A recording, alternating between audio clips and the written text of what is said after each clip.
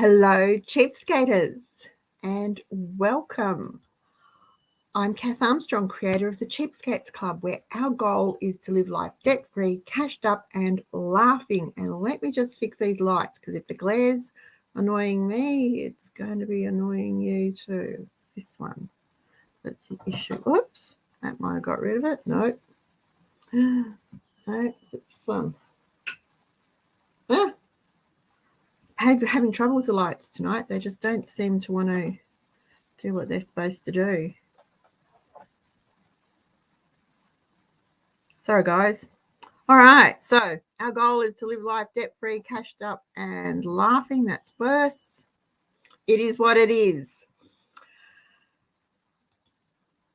If this is your first time visiting our channel, welcome. We are very glad to have you. And if it's not, welcome back. We're glad to have you. And I've got technical issues all over the place now. What is going on? There we go. I hope you got all that, because otherwise I was just blathering away to myself. Alrighty. So before we go any further, let's say hello to Give Me Some Truth. And yes, I am well. And Beverly, Estelle, Michelle, Delaney. Enjoy watching me on the big screen. It should be fun for you. Hello, Jane. Hello, Catherine, Mrs. Dillagav, Yvonne, Veronica. Whoops, lost you again. Pam, Bobstar, Trina, Trish, Outback 6, and Barb. Nice crowd to join us tonight. It's question night. It's question night because for the last, 4 or 5 weeks, I've had so many questions.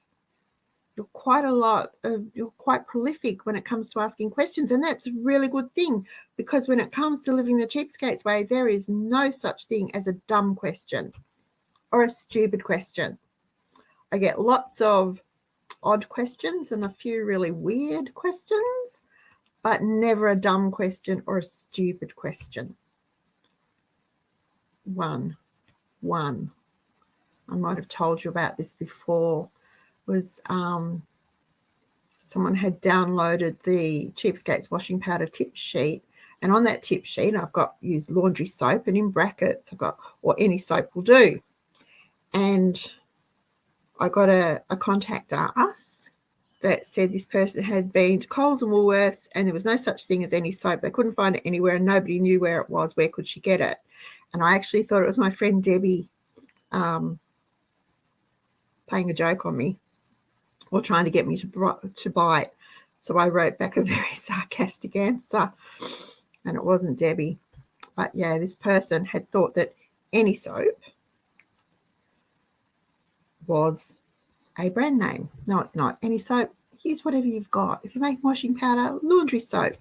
If you have the little slivers that are left over from the shower or the bath where the kids don't use them because they're too small, use those. If you have the soaps from motels, the little toilet soaps, the little tiny ones, use those. Use whatever soap you have to make your washing powder. It's washing powder. Anyway, so that was that was the strangest question. Okay. Now, as we go through tonight, if you have a question, if you could please put it in capital letters so it stands out and I can see it in the live chat, and then I can do my best to answer you.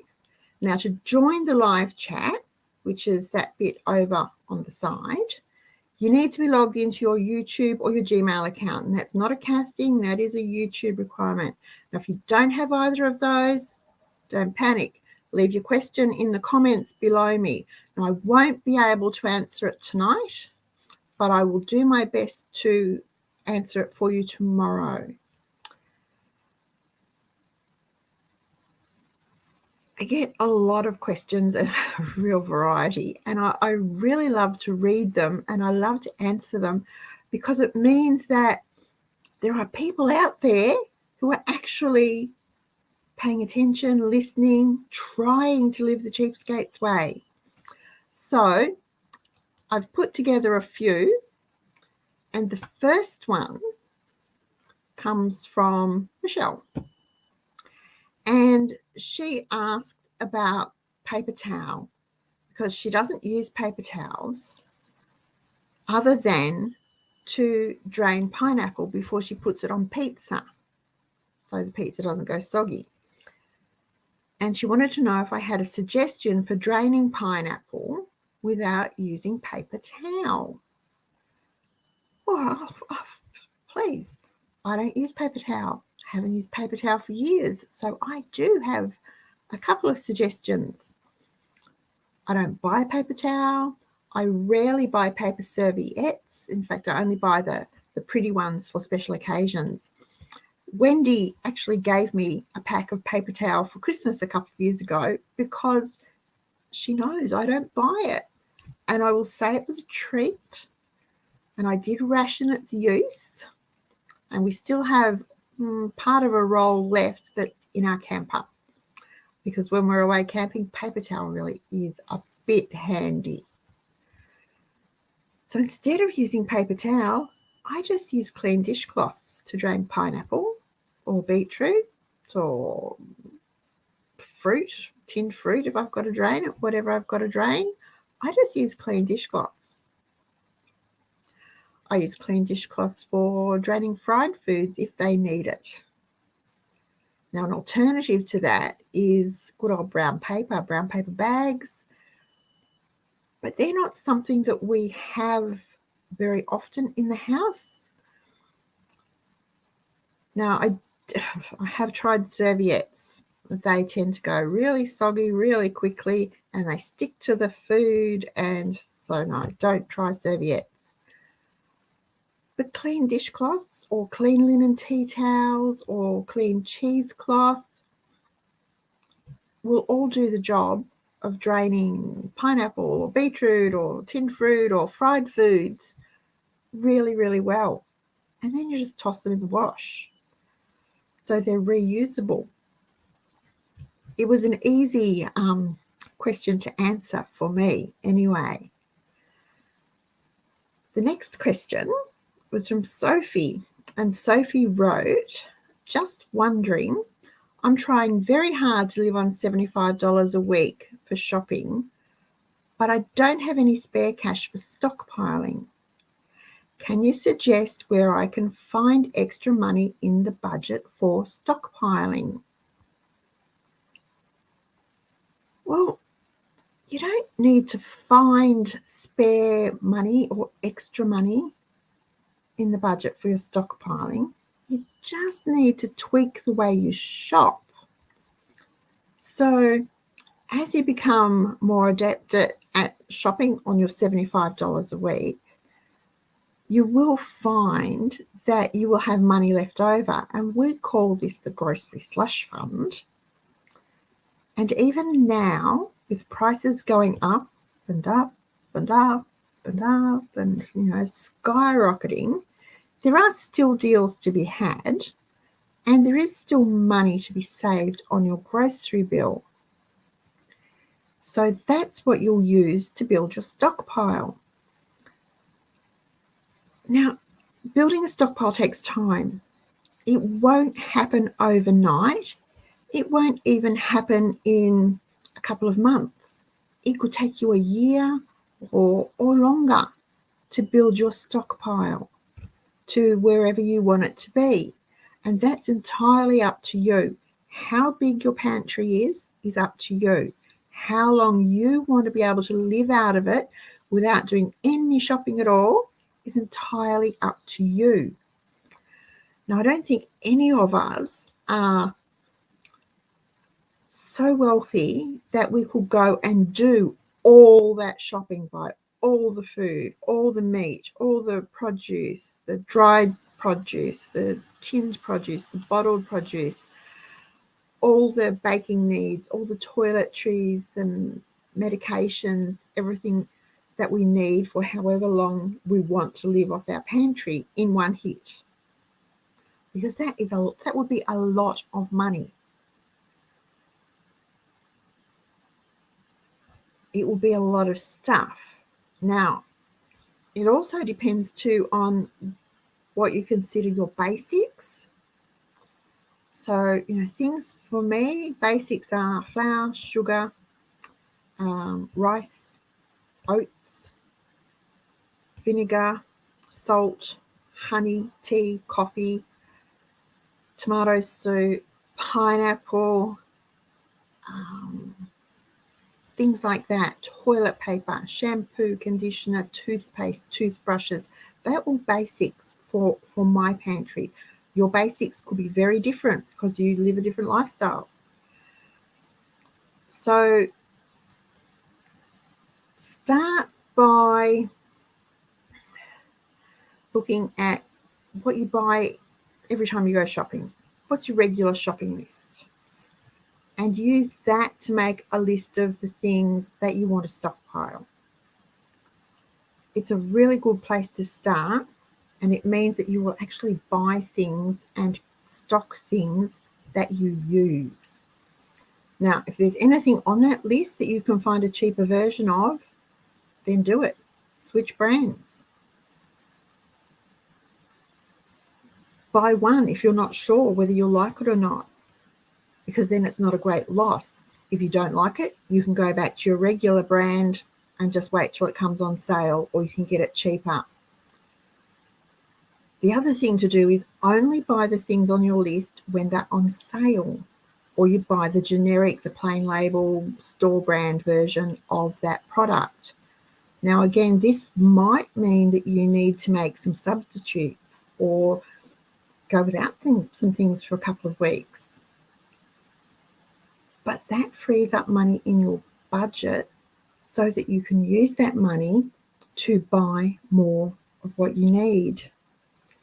Now, I have to say, after my comments a couple of weeks ago about, don't whine to me about not having money to build your pantry if you, play the pokies or smoke or buy beer, or just, give up a packet of cigarettes or a couple of beers or whatever, a lottery ticket for a week or something.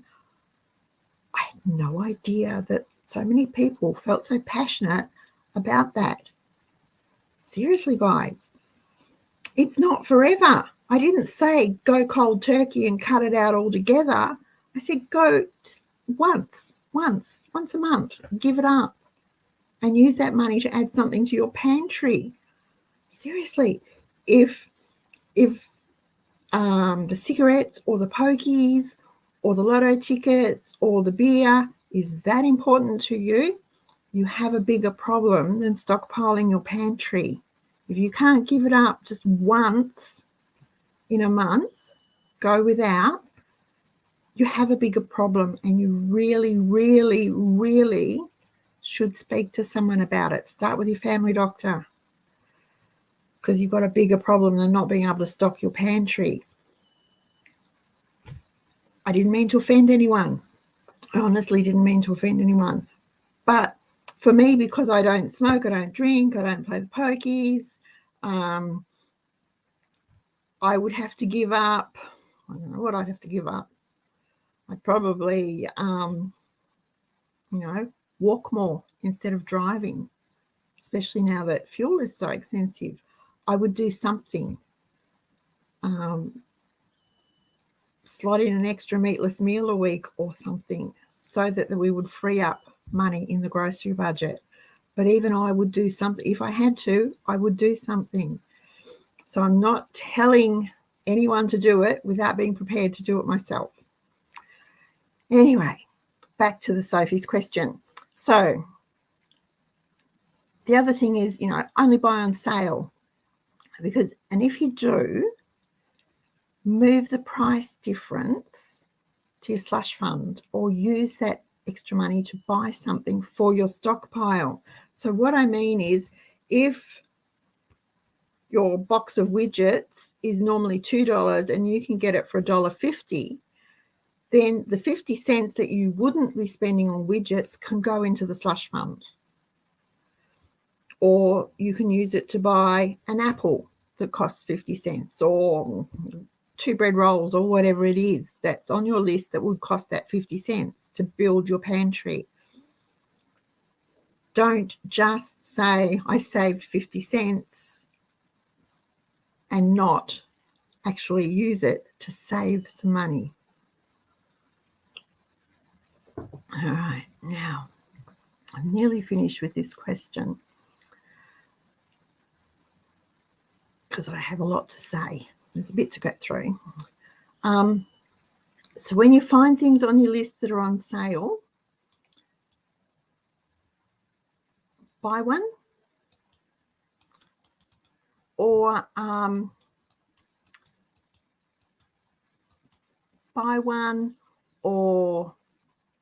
and add to your stockpile, or if it's on half price, you can buy 2 for the price of 1. That just makes sense.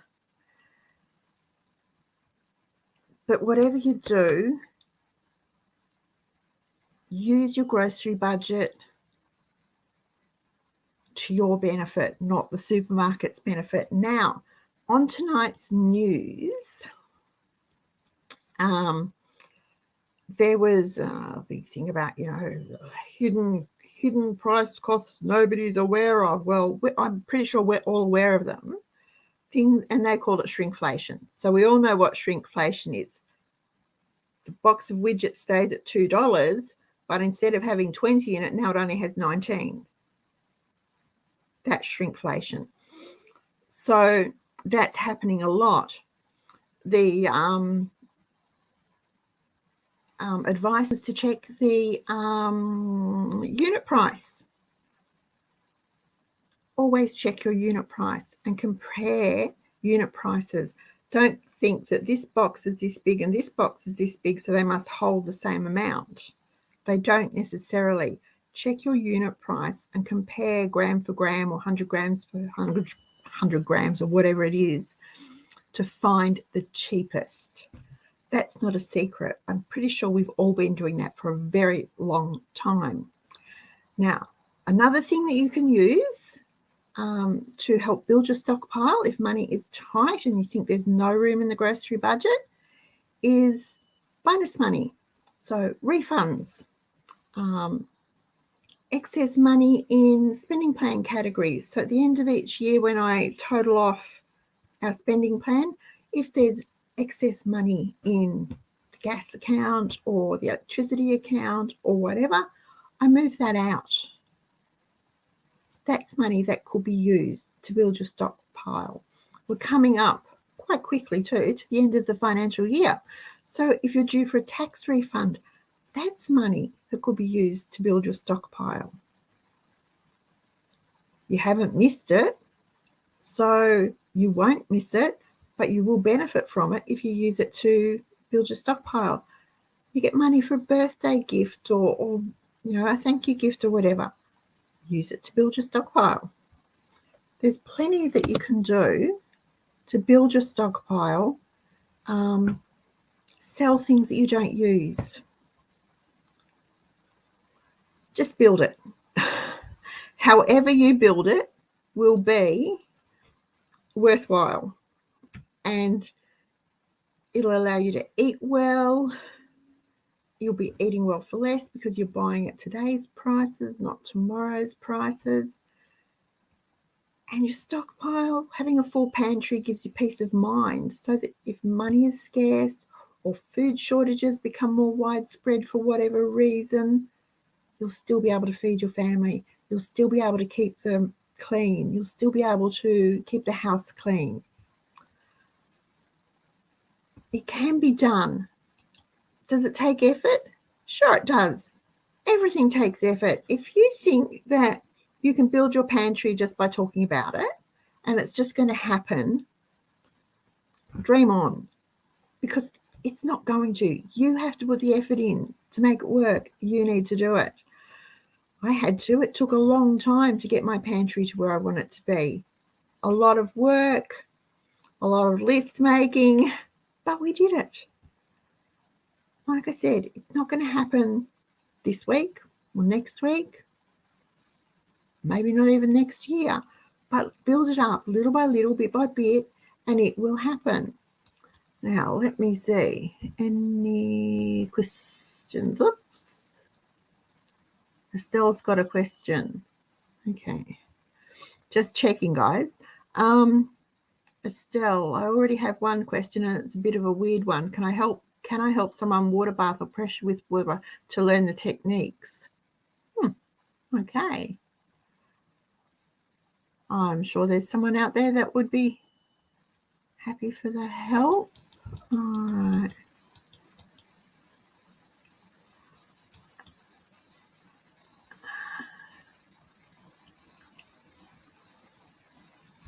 All right. Okie dokie. Looking. Yes, everyone's still saying hello.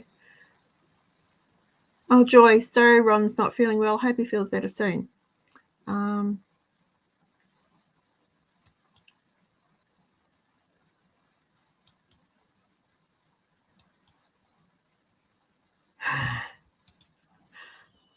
I think this rhubarb must be related to cockroaches, Veronica, because it is shit every couple of weeks when Hannah comes down once a fortnight. That dog goes straight out the back to that pot, and she doesn't do it while we're watching. She's a very sneaky little girl, but sometime overnight she will bury that rhubarb. But now I've learned to look for it, so I go hunting for it, and it's still going. It's sort of growing, but it is surviving. I think it's like cockroaches. It's going to survive anything. Thank you for asking. Hello, Glennis.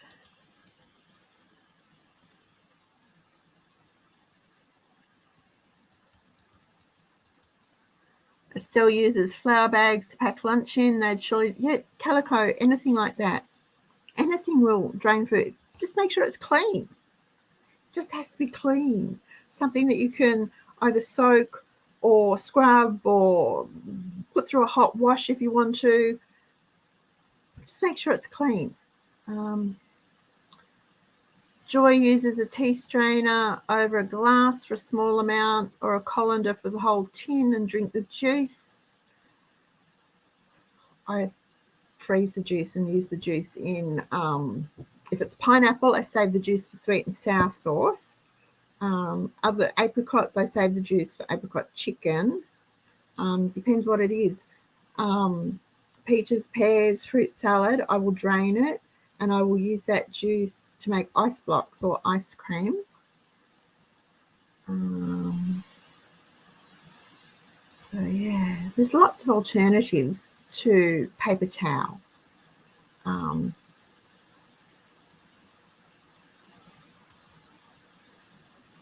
Trina, yeah, Rainbow Meats was 18. Well, I saw it was $17.99 last week. Was it last week? I was complaining about the mince being $17.99 a kilo, and I nearly choked. I got really excited. Melbourne ladies, Melbourne cheapskaters. Sorry, we're not all ladies. We're not all females. I got the thing from Australian Butcher, and it said, you know, bolognese mince, $8.99, and I went, you beauty.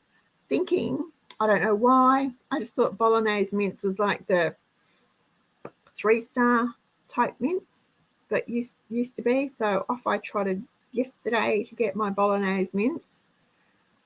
Bolognese mince is scraps, folks, scraps.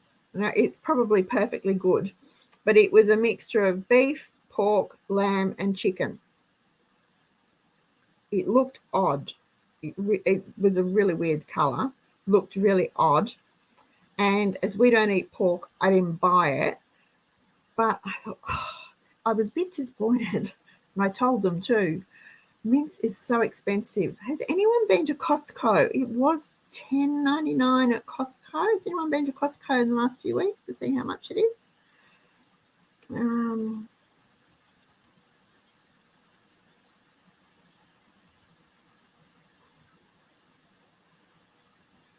Thank you, Barb. No, I hadn't seen that. I haven't caught up with Coles specials yet, but no doubt Hannah will probably message me to tell me because she does. The Queen Victoria tea is very, very nice tea. I found after Flossie telling me, advising me, let it brew a bit longer, and it's just as good as the Twinings. So, and cheaper, way cheaper. So I might be adding some Queen Victoria tea if I can find some money in the budget. Some Queen Victoria tea. But $5 for a box of 100 is really good. That's 5 cents a tea bag. That's pretty good in this day and age. Hello, hello, Gail. Bite your tongue. I haven't bought craft supplies this year. Oh no, sorry, I tell a lie. When I was doing this stenciling last week and the week before, I was using my old brushes. Now these brushes must be 25, 27 years old, and they were starting to shed. So I did splurge $7 that I scraped out of my me money to buy a set of brushes from Spotlight. I don't know whether they'll be any good or not, but I did. So I have bought craft supplies this year.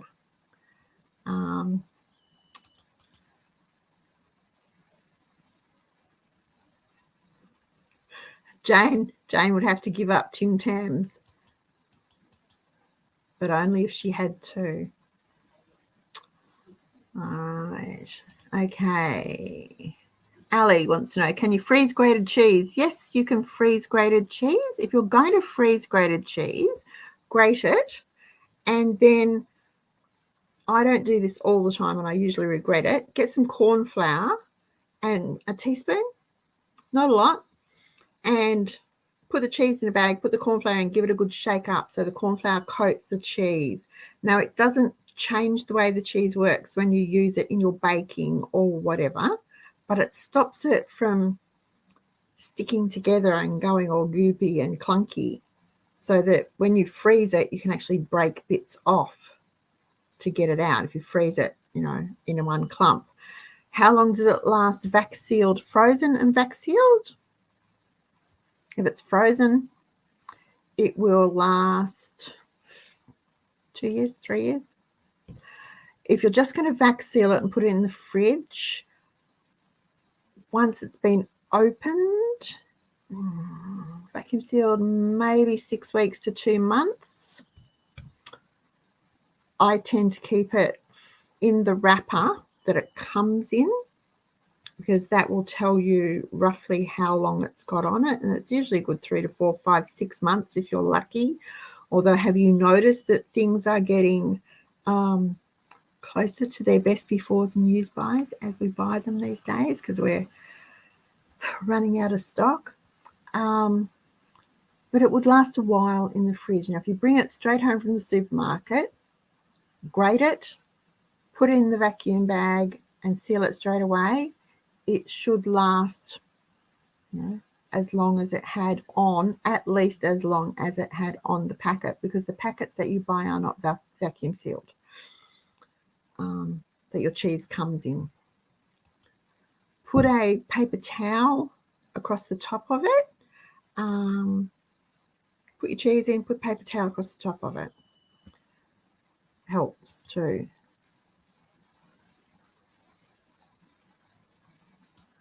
Bob Stars, everyone know about Half Price app. Helps him plan his weekly shop and prep. Good idea.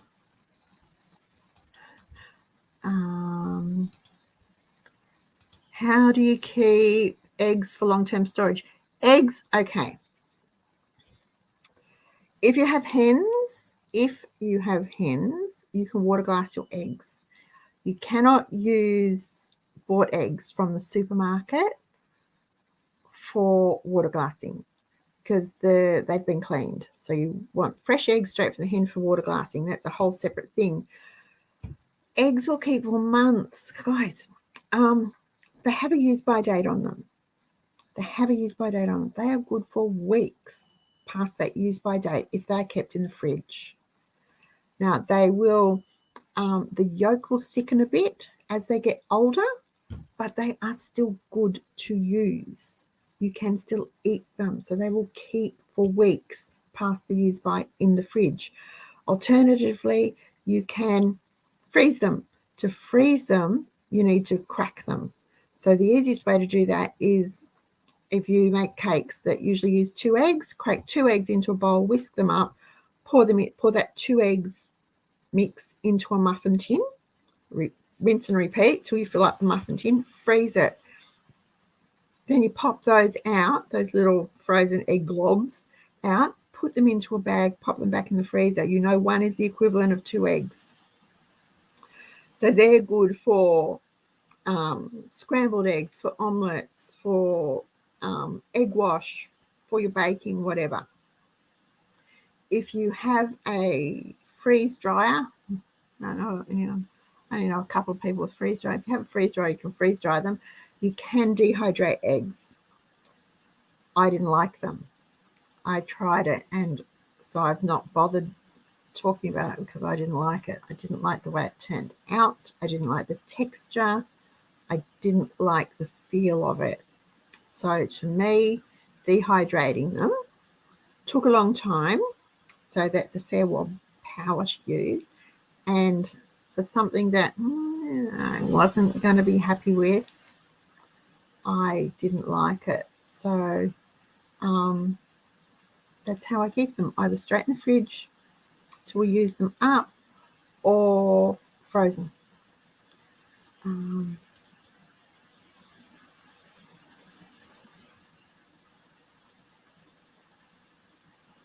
Lots of things have done the shrinkflation. Karen says, a side hustle to build your stockpile. Yes.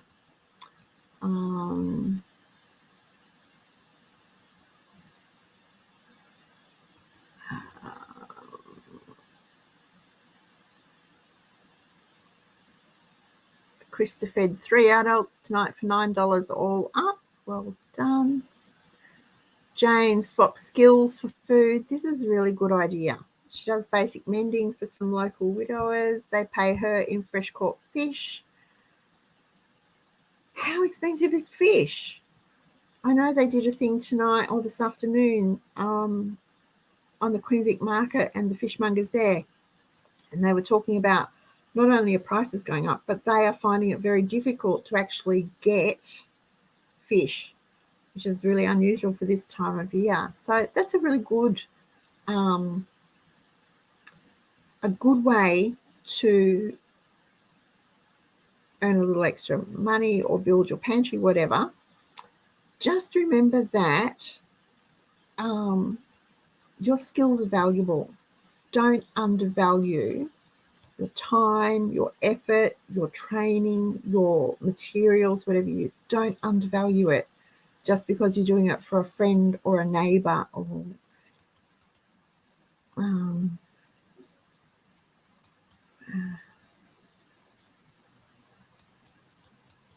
right. Okay. Oh, losing. Estelle's dehydrating mushrooms.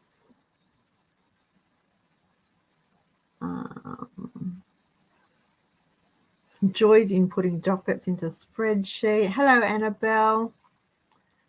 Hannibel's been using her big Fowler's jars for dry storage for rice, sugar, flour. How long do you think sultanas and other dried fruit last if vac sealed in jars? Dried fruit doesn't do very well vac sealed. Doesn't. I don't know what it is. They tend to need a little bit of air around them. They tend to, if they're vacuum sealed, they tend to candy much faster. Now, I don't have a problem. If I'm going to do we end up with candied sultanas or candied raisins or mixed fruit or whatever, I just turn it into a boiled fruit cake or a pudding, a steamed pudding, and it doesn't really matter. candied, when it goes all sugary and candied, it's not particularly nice to eat, but it's okay, still good in baking. But dried fruit doesn't actually, I don't like to vacuum seal it. By all means, put it in an airtight jar, just don't suck the air out of it. So your Moccona jars or your Fowler's jars with the ring, the lid and the clip will be fine. Ball jars with the lid and the ring, just don't vacuum seal them and it should be fine. But dried fruit is sort of, it's on my forever foods list because it really doesn't go off as such. You do need to watch the moisture because it will mold. Now I know, sort of north of the border for me, north of me, with all that rain on the east coast, the humidity and the moisture, the damp is causing mold and mildew problems in all sorts of things, including food that you wouldn't think would normally mold or mildew. And it's because it gets damp and it's hot and moist and doesn't get a chance to dry out. So just watch the moisture in it, but it should be fine just in the jars.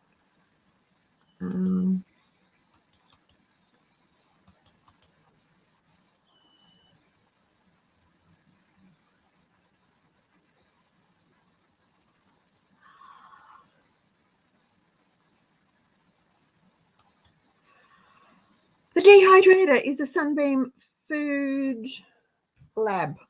I was going to say Food Saver. No, it's not a Food Saver. It's a Sunbeam Food Lab electronic dehydrator, 6 trays.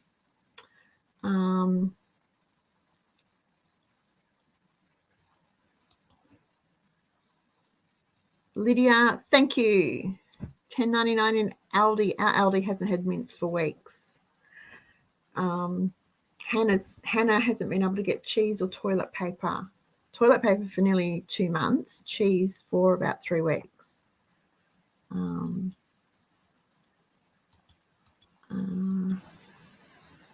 So, alrighty now.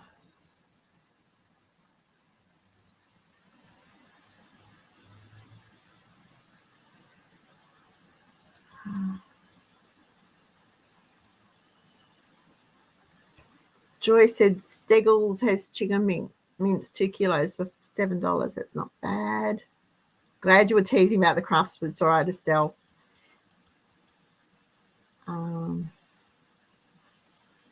Rosie got marked down beef mince for $6.54 a kilo. Yes.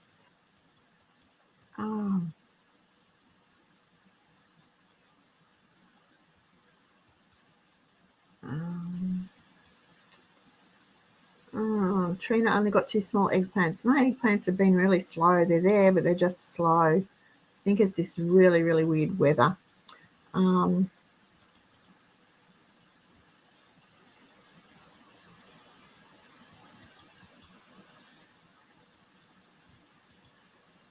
Keep your seeds dry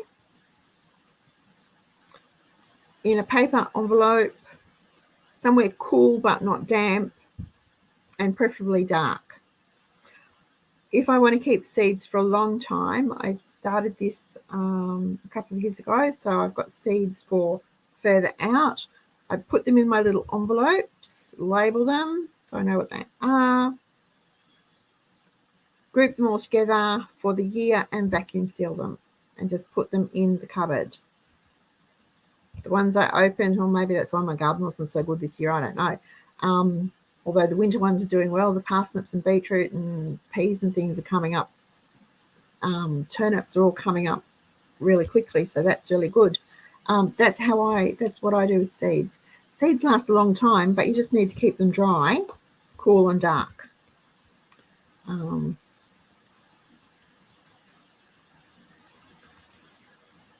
Linky family, suggestion box. I'm a beginner gardener and have gotten great tips from you. Oh, thank you. I'd love for you to spend 1 minute each video telling us what you've been up to in the garden each week.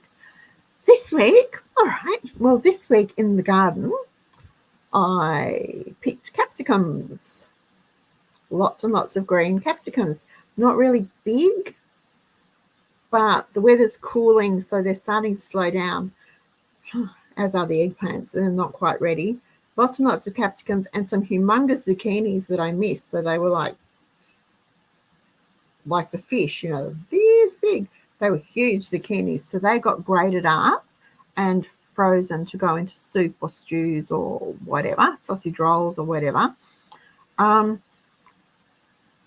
also, about this time last year, maybe a bit later last year, I cut some lavender sprigs and put them in seed raising mix to start. So I've got some little lavender plants that are about maybe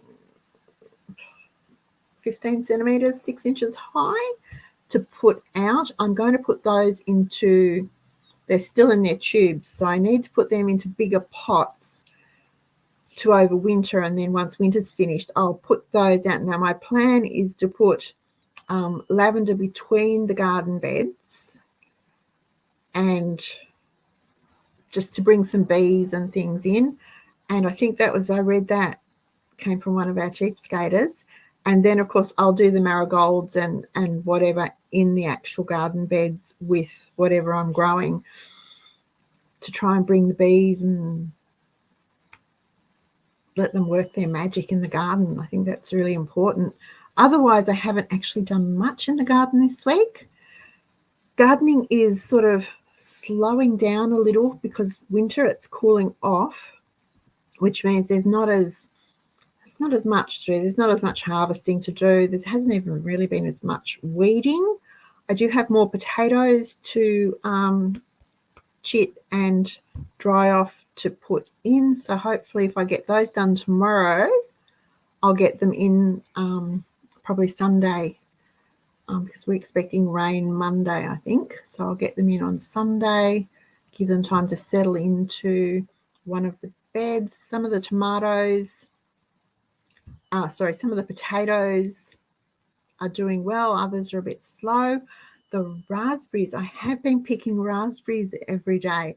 If I'd stop eating them, I'd probably have enough to make jam, but they're too good to eat straight off the canes. So they've been really good.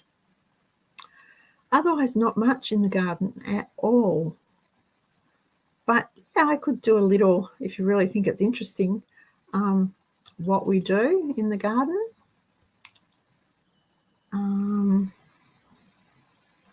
I can do.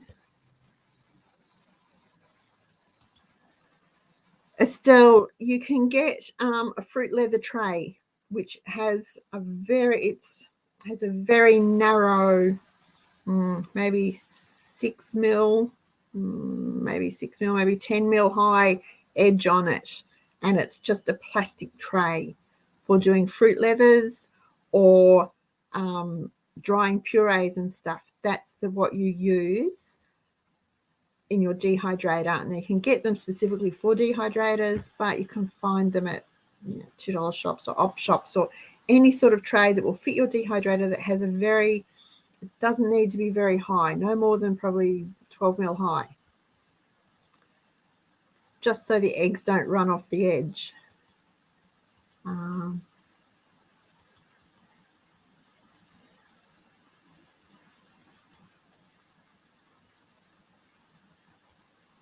Drying chilies, wear gloves, wear eye protection, take it slow. When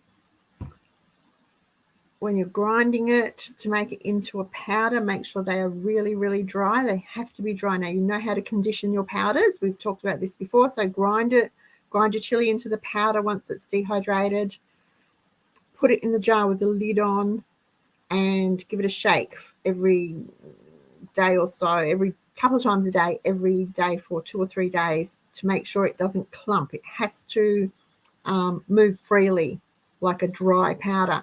If it is clumping, put the powder in the dehydrator and let it dry. Make sure it's properly cool before you put it in the jar, and you should be fine. But if you're working with chili powder, wear gloves and eye protection. Trust me, because it burns.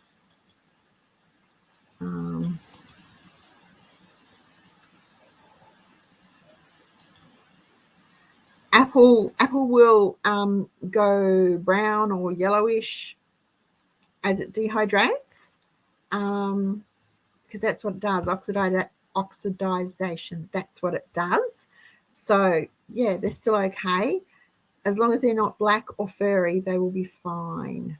And if they're old, so if they're 12 months, 18 months, 2 years old, they will be darker than freshly dehydrated apple rings.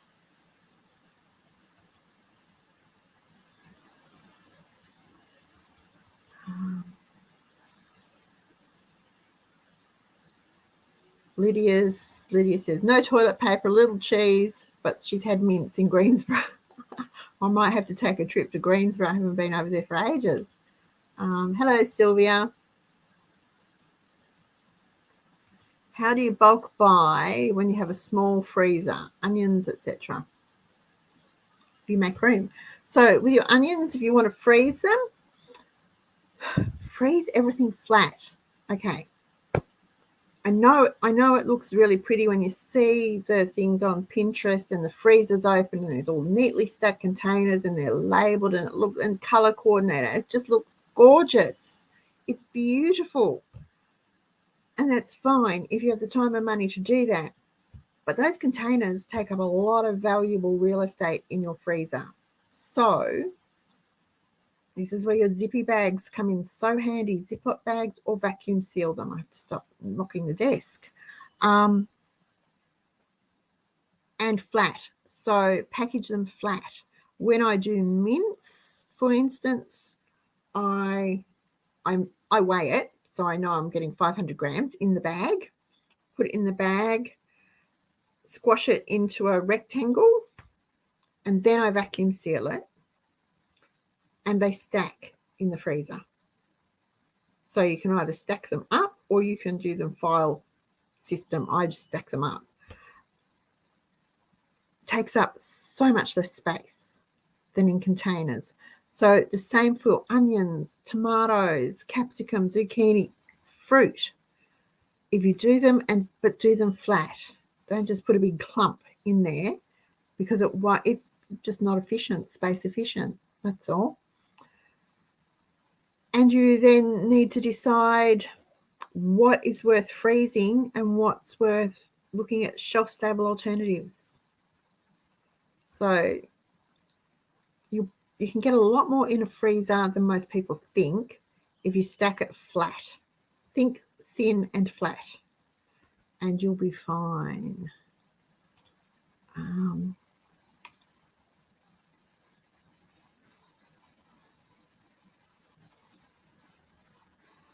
Oh, I like this idea, Jane. Put the lavender around the base of the clothesline. The oils rise in the heat of the day and washing also. I love.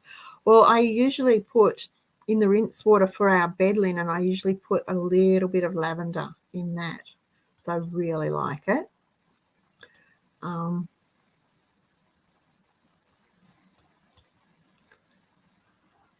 you've got rosemary. Rosemary is the most amazing fragrance, isn't it? It's just beautiful. Catherine planted marigolds with her veggies and didn't get any bugs. Marigolds are amazing. And tomatoes absolutely love marigolds. So I always have marigolds in my tomato beds, wherever they are. I don't particularly like autumn colours. So the oranges and browns and those bright yellows and things aren't normally my colours. But I just love, they are a really happy flower, aren't they? They just sound, say, they just say summer. They're so happy. Could I do a video on curing potatoes, please? It's really easy. With your potatoes, this is for curing for storage or curing for chitting them before you plant them. If you're going to chit them, all it means is find a potato with some eyes in it, and you cut the piece with the eye. So if it's got 2 eyes, you cut it in half. I put them on a cake cooling rack, throw a tea towel over them, and leave them for a couple of days. And the top of the potato, the cut side, will go greyish black, but it gets dry and quite tough. And of course, you've got the skin that's quite tough too. So then I plant them, just plant them there with the eye up so it comes up. That's how I do those. To cure potatoes that you have harvested, pull them from the ground, break the greenery off, brush them off, lay them flat somewhere. I've got a couple of old coffee sacks that I use. Put them on the coffee sacks, put another one over the top, and leave them for a couple of days, 2, 3, 4, 5 days, and let them dry out and cure that way before you put them away for long-term storage.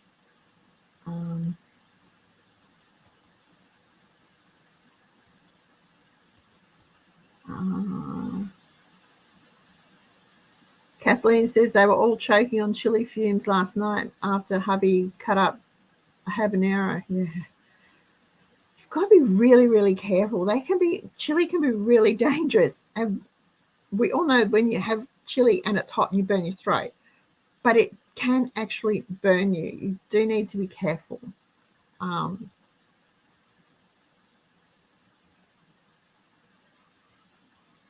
do I keep my towels soft and smelling sweet? I don't use any rinse aid. I don't use vinegar. I don't use any rinse aid. Now, we do have pretty good water, but the biggest trick is I hang them out, and I'm really fussy. Sorry. I know you find it unusual that I would be fussy, but I hang them over the line with about 4 inches for a turnover, 3 pegs so it's straight and even, and I straighten them and pull them so they are square. I don't like wobbly hems. When they come off the line, I flick them. I get them and I give them a good shake. And probably 3 or 4 times, a really good shake, like a really good crack shake. They're as soft as anything. Really, really soft. They are great. And I don't have to buy fabric softener. I don't put vinegar in the rinse. I don't do anything else. Fabric softener is not good for your towels or your washing machine. Vinegar is good for your washing machine, but it can fade the color of your towels or whatever else you use it with. So I just give them a good shake. Don't know what I'll do if I get arthritis in my shoulders and my elbows and I can't do that flicking shake thing, but it works wonders. I do that with the tea towels, the towels, hand towels, bath mats, all get that cracking.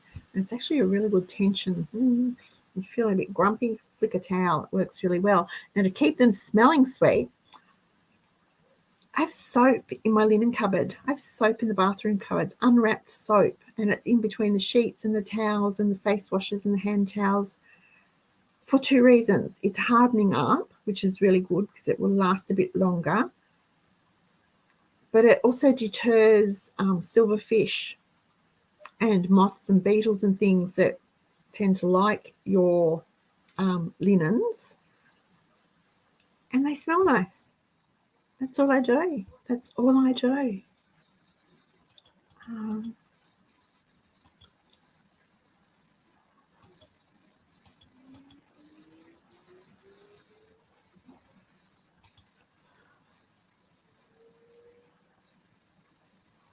Linky family plants nasturtiums in beds instead of marigolds. Yep.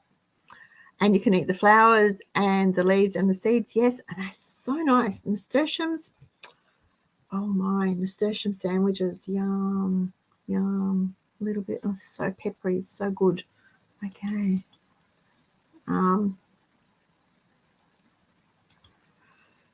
Vacuum sealer bags. Do I have any hints on saving money and reusing? I have started buying them from Amazon. I like to buy the rolls so that I can make them as big as I want them to be, and I always make them a little bit bigger so they can be used again. So I've been buying them off Amazon. It worked out cheaper, even paying postage. It worked out cheaper than waiting for Aldi to have them for $14.99 for 2 or whatever. And as for reusing, I'm happy to reuse the bags that have had vegetables in them or bread or cakes or fruit or whatever. and red meat. I don't reuse the bags that have had chicken in them. Now, they get turned inside out and rinsed when they're opened, and then they go into a bucket of water, and I just throw in some dish detergent and let them soak. Then I toss them in the washing machine and dry them in the sun. I don't reuse the chicken bag. I think that's a throwback from my mother not reusing plastic that had chicken in it, because I'm pretty sure if it's been rinsed and soaked and gone through the washing machine and dried in the sun, it would be safe to use. But that's all I do. If I'm making the bag and I want to reuse it, I make it a little bit bigger so that I can still have the head space in the bag as well as the sealing space, because it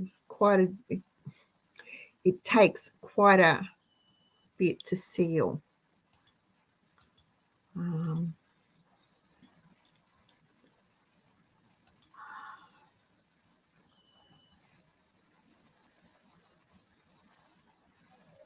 Linky family bought a washing line cover, but dry the washing in the rain and it won't fade in the sun. That's right. Yep. Cool. Hello, Alison.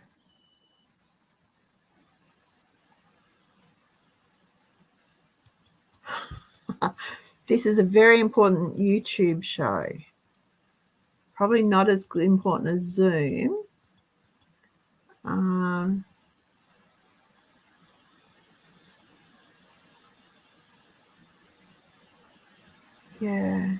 Yeah. See, Jane got pack of 6 rolls from Amazon, $36 with free postage. I have a video that I'm hoping to get out over the weekend for you on something new. Well, new to me anyway. You guys have probably already tried it. And when I was looking to buy this particular thing, I thought I was going stir crazy, because I'd look at it and flick onto a next screen to compare prices and come back, and it would have changed price. And I'd go back and it would have changed price. That one would have changed. I was nearly going insane, but apparently that's what it was doing. It was changing price constantly. So Amazon is interesting to shop on if you're like me and like to compare prices. All right. Okay, so have I caught up? Oh, nearly, and I haven't finished my questions yet. Still got a couple of questions. Another one. Okay, this question came in, and it's one I get often. It was from another Michelle about yogurt, and her yogurt's not setting, and she didn't know why. So I thought, alrighty, let's see. What do I say? There are usually 2 reasons that moo yogurt doesn't always set. One is lack of setting time, and the other one is lack of fat. Commercial yogurts, the ones that will say they're thick and creamy and luscious and will make you look 25 in 3 seconds or whatever, they all have thickening agents or setting agents added to them to make them thick and creamy. Even the full fat ones have those thickeners added to them to make them thick and creamy. When you moo your yogurt, it doesn't have that. And that's why if you go over to our website, the Cheapskates Pub website, and look at the yogurt recipe, the Cheapskates yogurt, you'll see I say full cream milk powder in my recipe, because it's the fat in the milk that will help your yogurt to thicken and become all lovely and luscious and thick and creamy and delicious, and make you want to make it over and over again. Now, you can use skim, you can use low fat or no fat milk powder if you want to, but your yogurt won't be as thick because there isn't enough fat in it. I know there's a lot of people that are paranoid about, fat in milk. That's fine. If that's you, that's fine. Just be aware that if you move your yogurt, it will not be as thick and creamy as full cream powdered milk. Now, you can thicken it by leaving it in the thermos for 24 hours. You can safely leave it on the kitchen bench in the thermos for up to 24 hours to set. It will be fine. Just be aware that the longer it sits and sets, the thicker it's going to be. But it will also be tartar, a little more sour. So if you like a really mild yogurt, just know that if it sits for 24 hours, it's going to be a little tartar. And once you take your yogurt out of the thermos and put it in the fridge, that stops the setting process and it will not thicken up anymore. So if you've done your yogurt overnight and you've looked at it and it's not as thick as you want it to be, put it back into the thermos with fresh boiling water and leave it for another 12 hours. That will help it to thicken up a bit. But really, the secret to homemade yogurt that is really thick and creamy is full cream milk powder.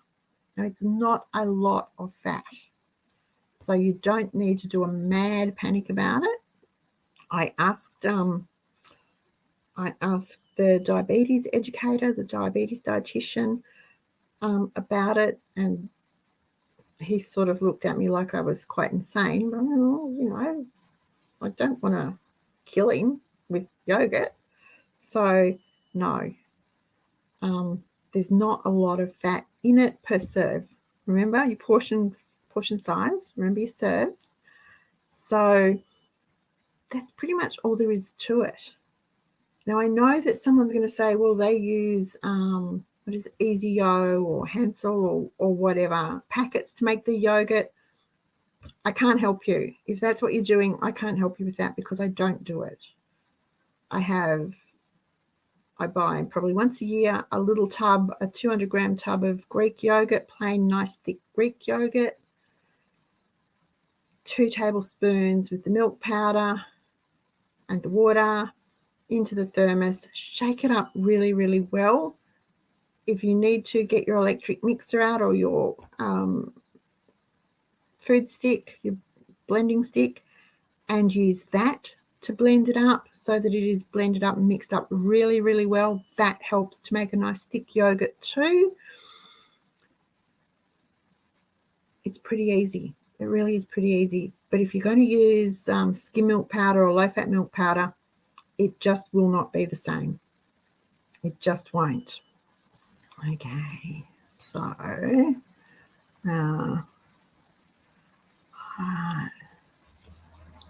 back here again, sorry. Hello.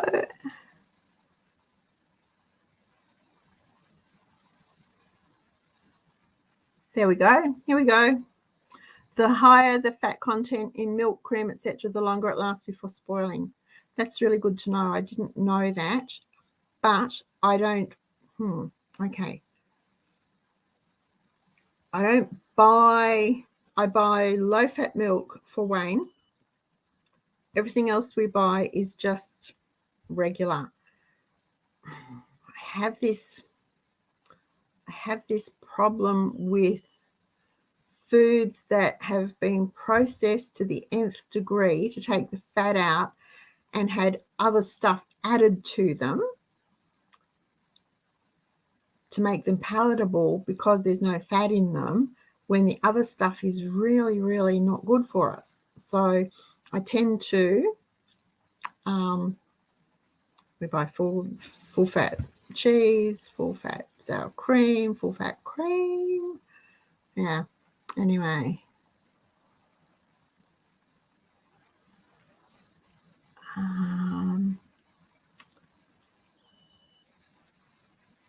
You can always dry off some of the whey and use the whey for soup.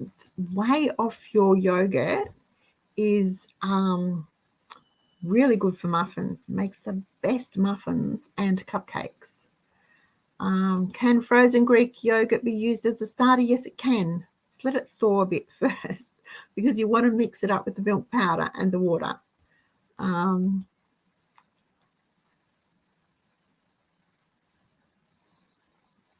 Estelle says a whisk. Yes, whisk works well. Anything like that. Who was it? Uses her hand mixer.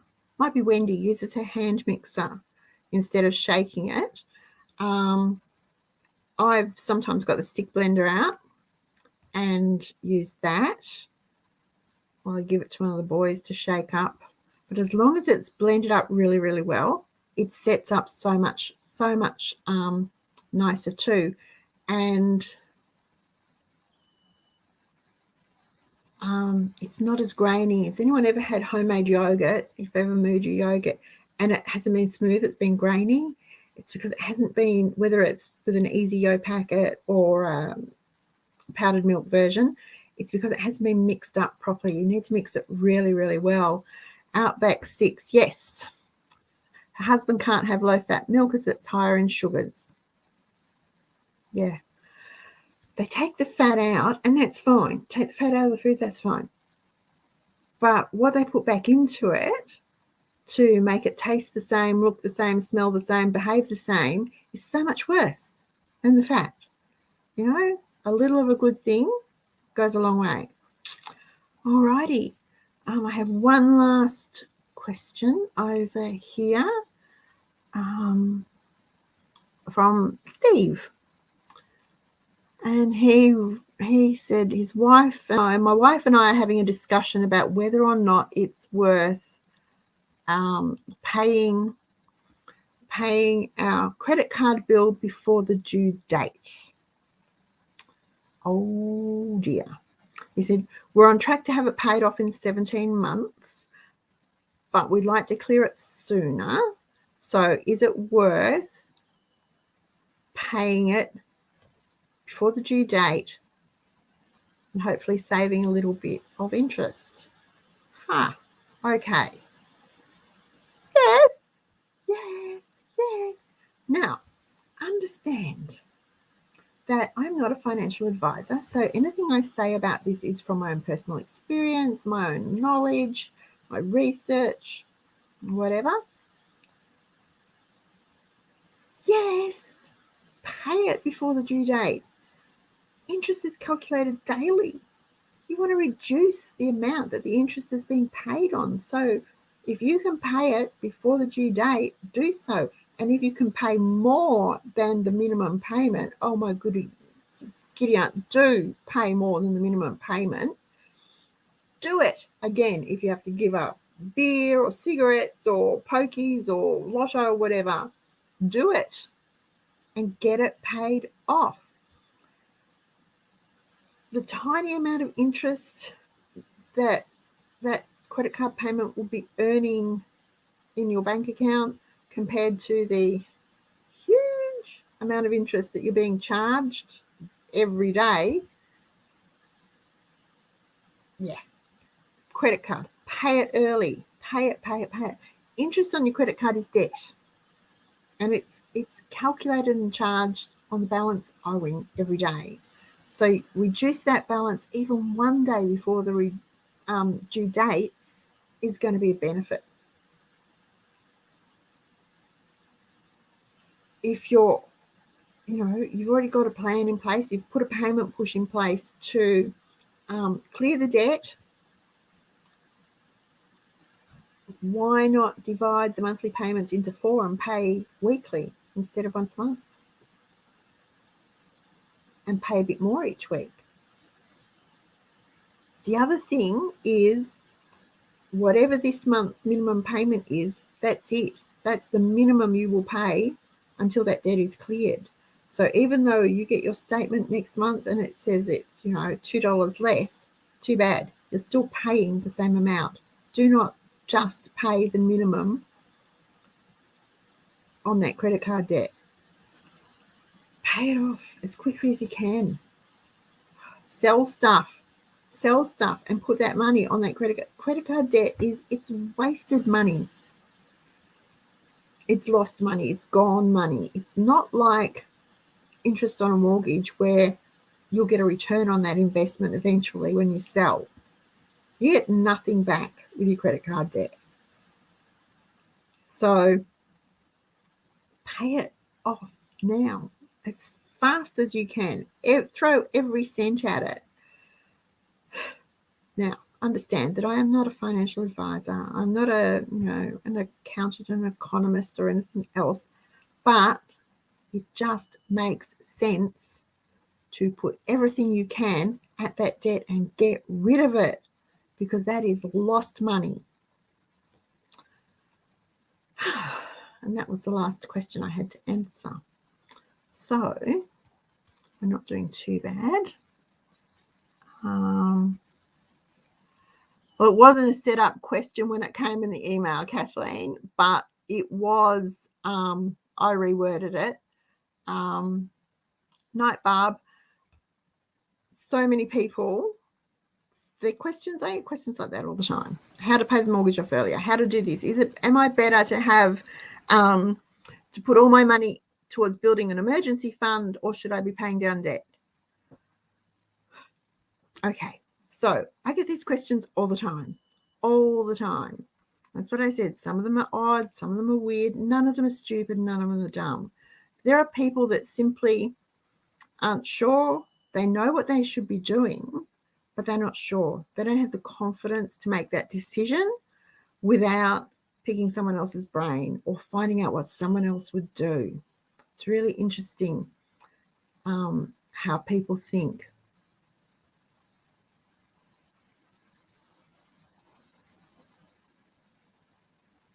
Yep, do it with your mortgage. That's right. But if you have any debt at all, now is not the time to have debt. I say that all the time, but now is not the time to have debt. If you have any debt at all, work as hard as you can to pay it down. Do whatever you have to that's legal and honest to pay it down, because legal's not always honest, folks, to pay it down. You do not want to have debt hanging over your head at the moment. The world's in chaos. Australia's in chaos. It's not going to get any better in the next 6 weeks, trust me. So you want to get rid of that debt, whatever it is and however much it is. You want to get rid of it as quickly as you can. So put everything to it as soon as you can.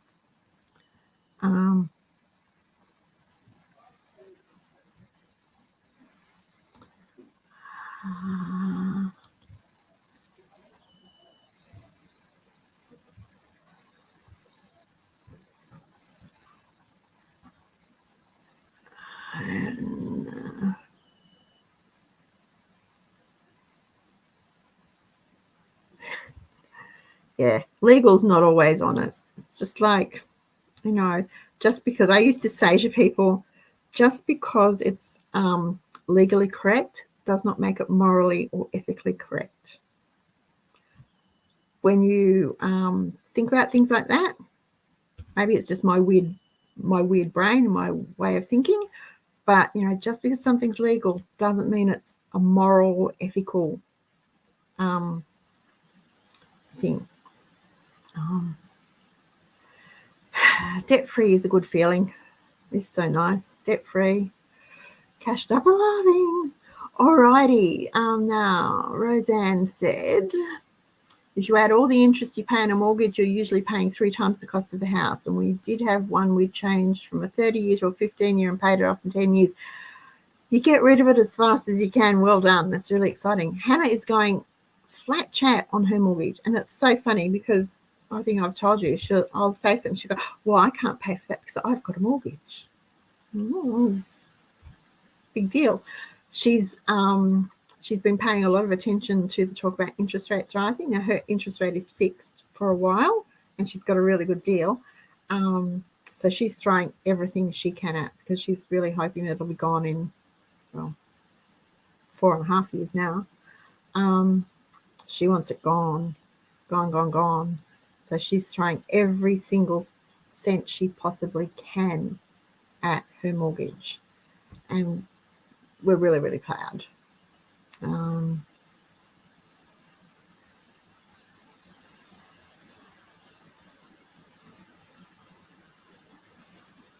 So, you know, when you have debt, you own nothing. Doesn't matter what the debt is, doesn't matter how big it is, but when you have a debt, you own nothing. Because when you have that debt, you run the risk of there's always that chance that you could lose everything. It's not worth the risk.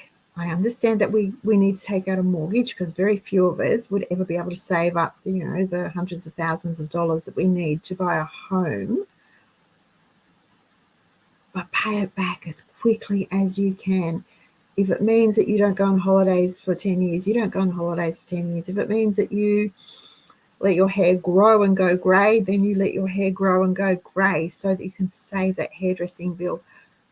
You do whatever you can to pay down that mortgage. Now, I know there's a few people on here tonight that have done that, done exactly that, lived in what most people would probably say were difficult circumstances in the short term so that they could clear that mortgage debt, clear that debt, and then live debt-free for the rest of their lives. Short term, you can do anything for a little time. You don't need new furniture. You don't need new clothes. You don't need to go on holiday. You don't need to eat out. You don't need to buy takeaway. You don't need to buy brand name groceries. We all like those things, but they are not needs. They're wants. Cut back. We can all cut back and trim back for a little while when there's a really good goal in sight. So we can do that. Roseanne, I probably missed it. I was going to record it too, but your cost of living figures were going to come out today, I think. I'm sure it was today. Your cost of living figures were coming out. Your government was going to do whatever they do. And I was interested to see, I was waiting to see what they were so that I can compare them to ours and then watch what happens to ours to see if we follow. We're sort of following you at the moment. Some things we're probably a little ahead of you. Our housing market is slowing down, but that I think is because there's talk of interest rate rises, which means that people might, you might qualify for a $900,000 loan and have to buy $1 million house. But if you're only paying 2 or 2.5% interest, you might be able to do it. But if that interest rate hits 5% or 6% or, God forbid, 10%, what are you going to do? Because that would just be a disaster if interest rates go, well, yeah, even over 5% for most people would be an absolute disaster. Because our wages just aren't keeping up with that.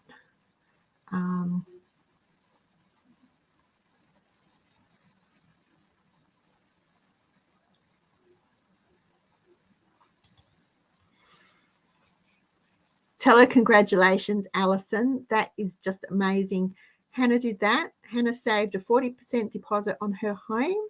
She went overseas. She paid cash for her car. She paid cash for all her furniture. She had all her furniture ready for when she moved into her house. And she did it on casual work. So it can be done. It's not easy, and it's really hard when they're young because they want to go out and they want to have fun and do stuff with their friends and go to the movies and go to the clubs or whatever they do. But she's got a goal and she's going to be so much further ahead than her schoolmates and her friends. So that is really, really good. And there's Karen went into the shop and paid cash for a new standalone oven and range hood. Brilliant. It's so much nicer.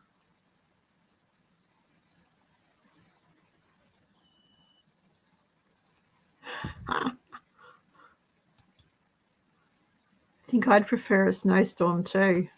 Yeah, hurricanes and cyclones don't excite me at all, Roseanne.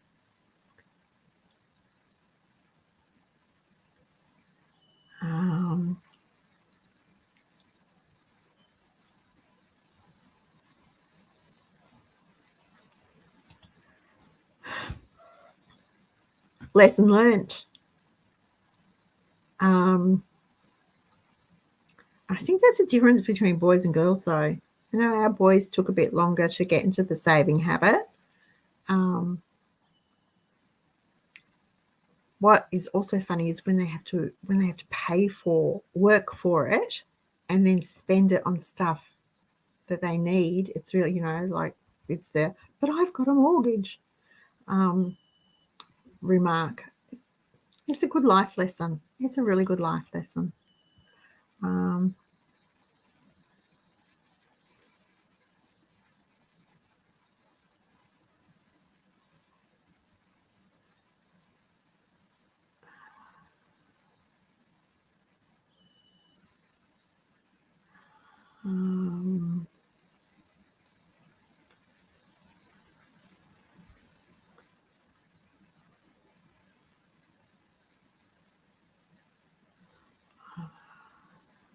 House prices are going up. They're dropping back down slowly, Estelle. Really weird.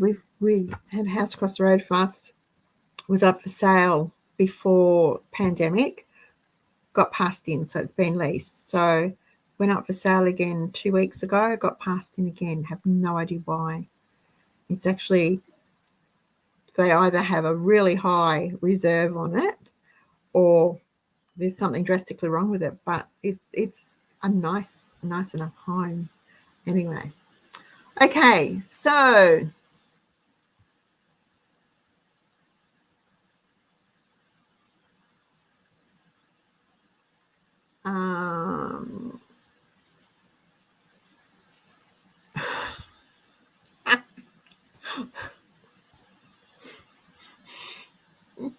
that's funny, Jane.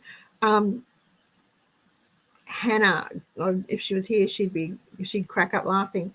She used to call her father, you know, her father was a tightwad. She'd call him a tightwad. One day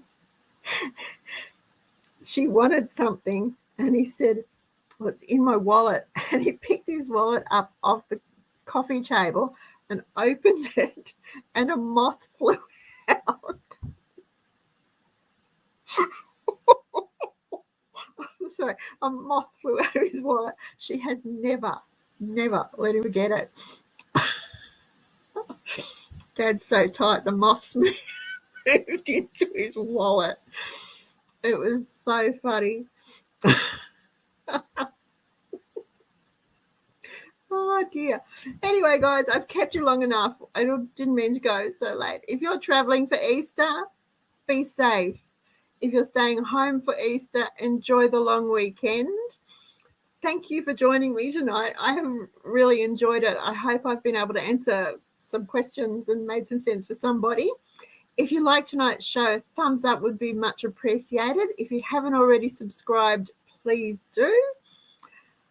I'll be back next Tuesday night. Sorry, I'm still thinking about the moth. I'll be back next Tuesday night. You had to be there. It was so funny because he picked his wallet up and he's opened it and his moth's gone flying out. Anyway, have a great weekend. Thank you, everyone. And remember, keep calm and keep cheapskating. I'll see you next week.